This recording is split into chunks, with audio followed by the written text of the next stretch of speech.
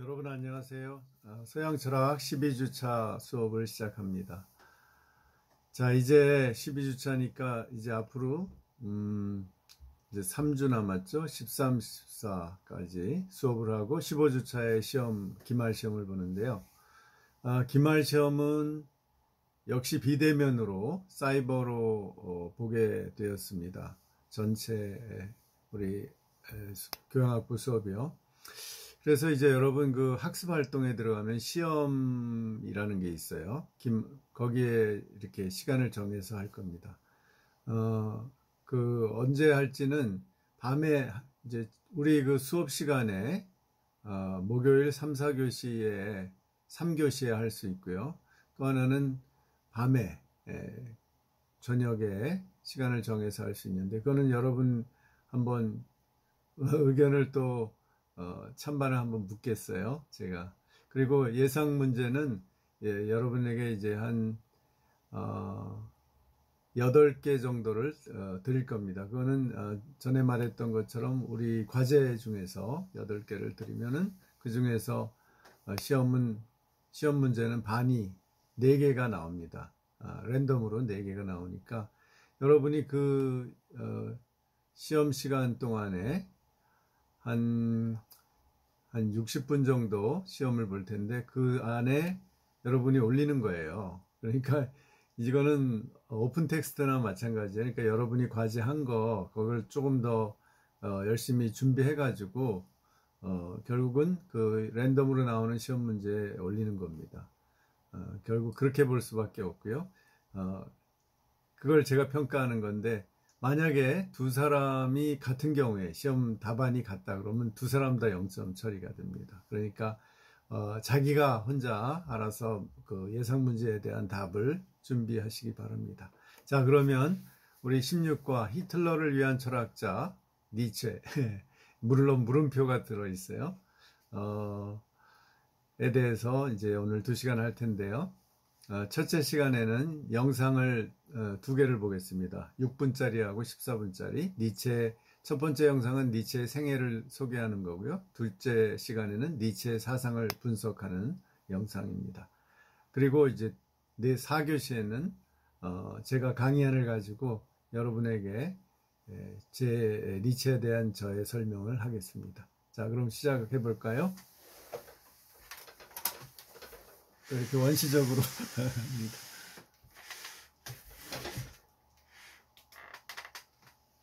자, 시작합니다. 중세와 근대, 오랜 기간을 거치며 많은 철학자들은 신앙과 이성, 그리고 도덕 등 다양한 철학들을 펼칩니다.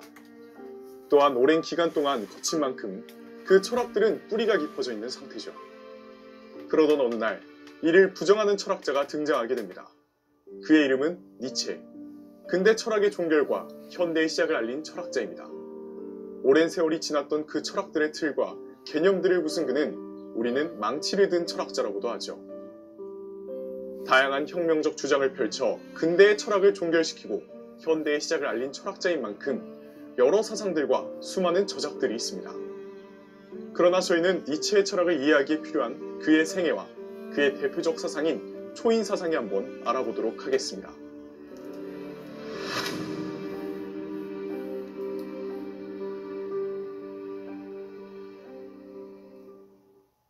니체는 1844년 10월 15일 독일의 작센 주리첸 근교 레켄 마을에서 목사의 장남으로 태어났습니다. 그리고 안타깝게도 1849년 니체가 5살이 된 해에 아버지가 뇌연화증으로 사망했죠. 또 뒤를 이어 남동생인 루드비 요셉이 1850년에 사망하게 되는데 니체는 이 어린 나이 때부터 가족의 잃는 슬픔을 겪게 됩니다. 그는 선천적인 병마로 몸이 남들보다 좋지 않으며 앞서 말했듯 가족의 이름의 아픔을 가지고 있지만 니체는 어린 나이에도 불구하고 이런 것들을 내색하지 않으며 다른 학생 친구들과 잘 어울려 평범한 학창시절을 보냅니다. 20살에 아버지가 목사님이었기에 이 영향으로 신학과를 진학하게 되었지만 신학적으로 잘 맞지 않는지 1년 후 라이프치히 대학을 옮기면서 쇼펜하우어 철학을 심취하게 됩니다.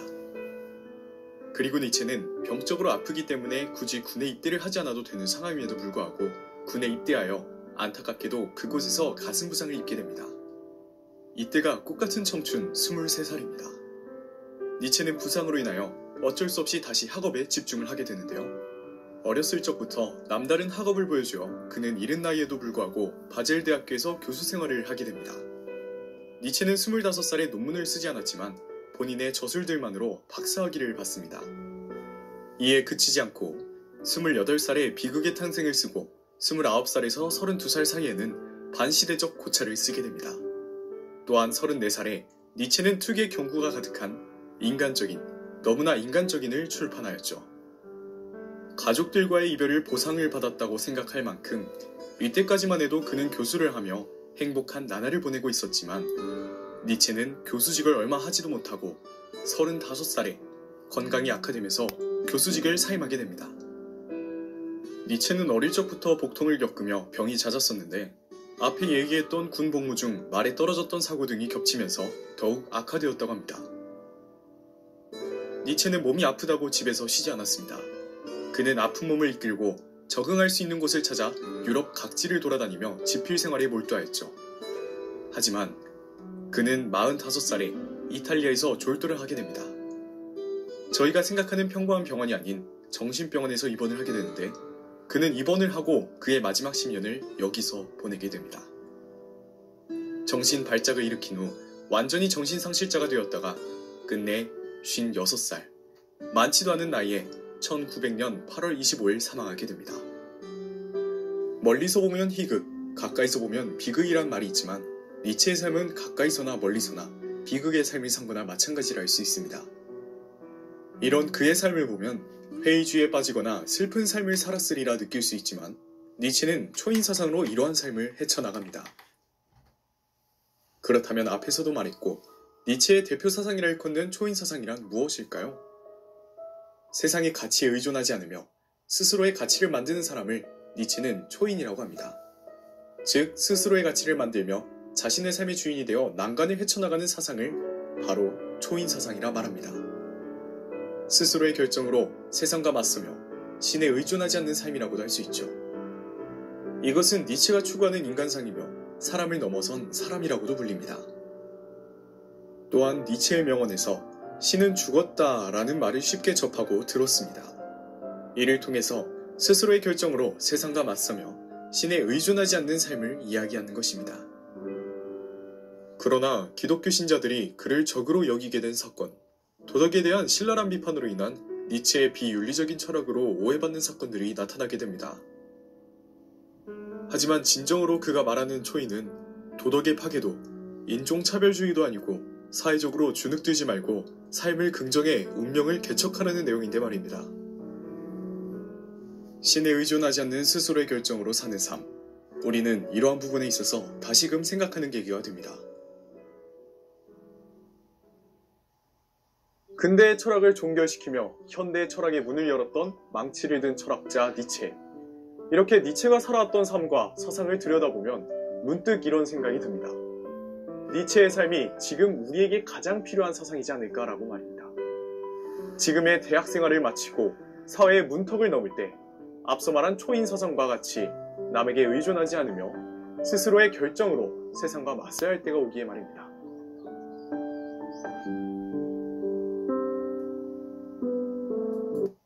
네, 또 하나 보겠습니다.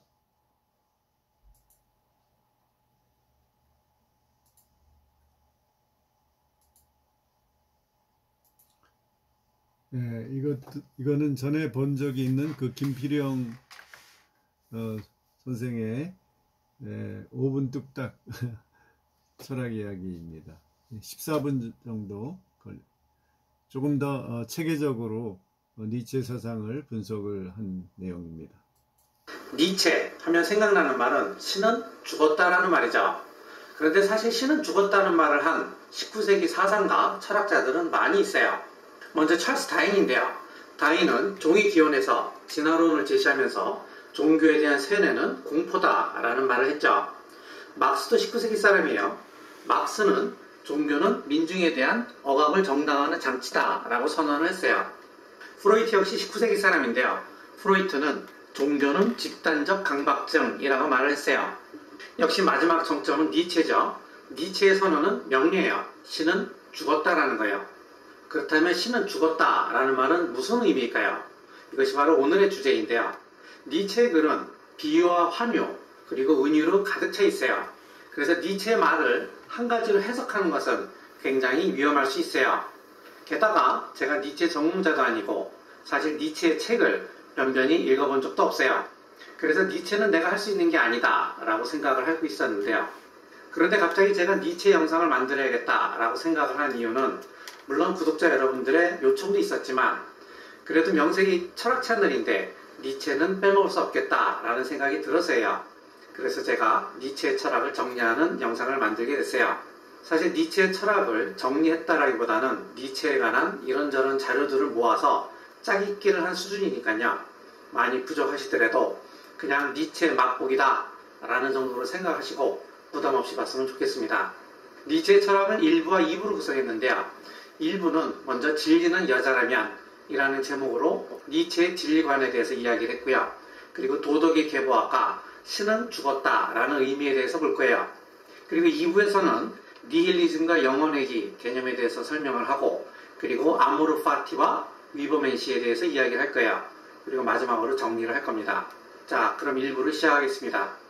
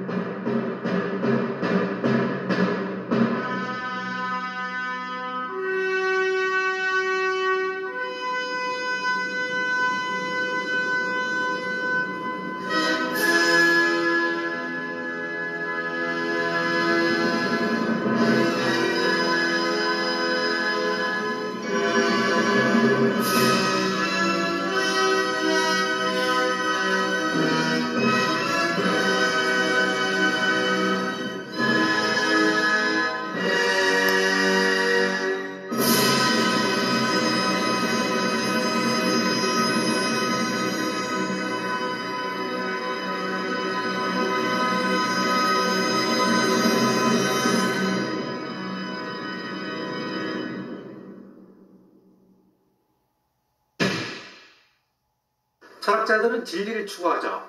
철학책을 잔뜩 쌓아놓고 심각하고 집요하게 진리에 다가가려고 해요.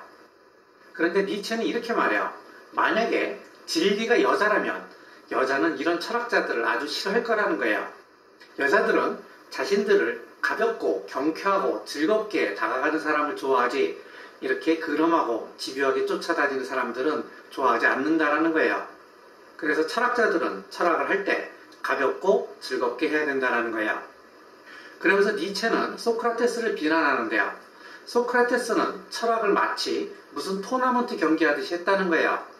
지나가는 놈 하나 잡아다가 이상한 질문을 하고 상대방이 뭐라고 대답하면 거기서 꼬투리를 잡고 또 상대방이 다시 고쳐서 대답하면 또 꼬투리를 잡고 이런 식으로 상대방이 할 말이 없을 때까지 몰아붙인다는 거예요. 그리고 상대방이 모르겠다고 실토를 하면 자기가 마치 이긴 것 마냥 우쭐대었다는 거예요. 니체는 이것이 진리를 추구하는 아주 천박한 방법이라고 말해요. 지도 모르면서 상대방한테 대답을 하라고 요구를 하고 거기에 대해서 계속해서 꼬투리만 잡는다는 거예요. 이렇게 해서는 진리에 다가갈 수 없다는 거예요. 그래서 그런 건지 니체의 철학은 그 내용은 심각하지만 니체의 글은 굉장히 밝고 경쾌해요. 그리고 굉장히 유머러스해요. 먼저 눈에 띄는 것이 니체의 책 제목인데요. 책 제목부터 아주 재밌어요. 비극의 탄생, 반시대적 고찰, 인간적인, 너무나 인간적인, 즐거운 지식, 자라투스트라는 이렇게 말했다. 선악의 저편, 도덕의 계보학, 우상의 황혼, 안티크리스트, 이 사람을 보라. 여기서 이 사람을 보라. 에케 호모는 빌라도가 예수를 가리켜 한 말이에요. 자신의 책 제목에 이 사람을 보라 라고 지어놓고서는 자서전을 썼어요. 자기 자신을 예수의 반열에 올린 건데요. 그리고서 이런 말을 해요. 나는 왜 이렇게 지혜로운가? 나는 왜 이렇게 똑똑한가? 나는 왜 이렇게 좋은 책들을 쓰는가? 재밌죠? 진리를 이렇게 다뤄야 한다는 거예요. 윤리학에 있어서 가장 중요한 문제는 옳고 그름을 따지는 거예요. 옳고 그름을 어떤 방식으로 따지느냐에 따라서 세 가지 입장이 있는데요. 그것이 바로 공리주의, 의무주의, 덕의 윤리예요. 이러한 윤리학을 규범윤리학이라고 해요. 이런 규범윤리학과는 다른 종류의 윤리학이 있는데요. 행위의 옳고 그름을 따지는 것이 아니라 옳고 그름이라는 의미가 뭔지, 윤리학이라는 것이 과연 학문이 될 수 있는지와 같은 문제를 따지는 윤리학이 있어요. 메타적인 관점에서 보는 윤리학이라고 해서 메타윤리학이라고 해요. 니체의 관심은 규범윤리학도 아니고 메타윤리학도 아니었어요. 니체의 관심은 사람들은 왜 이러한 방식으로 옳고 그름을 보게 되었는가 하는 거였어요. 예컨대 사람들은 왜 관대함을 옳은 것이라고 생각하죠? 사람들은 왜 독재를 그른 것이라고 생각하죠? 이런 문제들, 즉 도덕적 관념의 기원에 대해서 관심을 가졌단 말이에요. 확실히 다르죠? 이런 관점에서 도덕을 다루는 것을 도덕의 계보학이라고 해요. 간단히 말해서 도덕의 족보를 따지겠다는 거예요. 니체가 도덕의 족보를 쭉 따라 올라가 보니까 두 개의 족보가 있다는 것을 발견했어요. 그게 바로 주인의 도덕과 노예의 도덕이에요. 주인의 입장과 노예의 입장은 분명히 다르죠. 주인은 강하고 화려하고 자신감 넘치고 자기 결정적이고 자기 긍정적이에요. 주인의 입장에서 이런 건 굿한 것, 좋은 거예요. 그런데 주인이 보기에 노예는 약하고 지저분하고 자신감도 없고 의존적이며 자기 부정적이에요. 이런 건 배드한 것, 나쁜 거예요. 자, 그럼 이번에 노예 입장에서 보죠. 노예가 가지는 가장 강한 감정은 뭘까요? 그것은 주인에 대한 원한 감정이에요. 노예 관점에서 주인은 배드한 놈이에요. 이때 배드의 의미는 단지 나쁘다는 의미가 아니라 악하다는 의미예요. 주인은 화려한 것이 아니라 사치스러운 것이고 자신감에 넘치는 것이 아니라 건방진 거고 자기 결정적인 것이 아니라 독단적인 거고 자기 긍정적인 것이 아니라 허세만 부리는 거예요. 그러면 나는 뭐야? 나는 굿한 사람이야. 이때 굿의 의미는 단지 좋다는 의미가 아니라 선하다는 의미예요. 나는 선한 사람이 되는 거예요. 즉 나는 약한 것이 아니라 선량한 것이고 지저분한 것이 아니라 소박한 것이며 자신감이 없는 게 아니라 배려심이 있는 것이고 의존적인 것이 아니라 민주적인 것이며 자기 부정적인 것이 아니라 자기 성찰을 하는 사람이라는 거예요. 즉 노예는 주인이 보기에 나쁜 것을 선한 것으로 위장시킨 거예요. 2002년 조지 부시는 이라크의 후세인 정권을 악의 축이라고 규정을 했어요. 이라크가 핵무기, 생화학 무기와 같은 대량 살상 무기를 가지고 있다는 거예요. 그러면 부시는 자동적으로 선이 돼요. 그리고 2003년도에 이라크를 침공했어요. 그리고 후세인을 처단했어요. 선이 악을 응징했다는 거예요. 이런 식의 도덕, 즉 상대방을 악으로 규정하고 자기 자신이 선이 되는 도덕, 이것이 바로 노예의 도덕이에요. 하지만 주인은 노예를 악이라고 생각하지 않아요. 독수리가 양을 잡아먹으면서 양을 미워하나요? 아니죠. 맛있는 음식을 왜 미워해요? 여러분들은 스테이크를 먹으면서 스테이크를 미워하나요? 아니죠. 독수리는 양을 사랑해요. 주인은 노예를 사랑해요. 이게 바로 주인의 마음이에요. 하지만 양은 독수리를 사랑하지 않아요. 양의 독수리는 그냥 악이에요. 이게 바로 노예의 마음이에요. 자, 그럼 우리가 가지고 있는 도덕은 주인의 도덕인가요? 노예의 도덕인가요?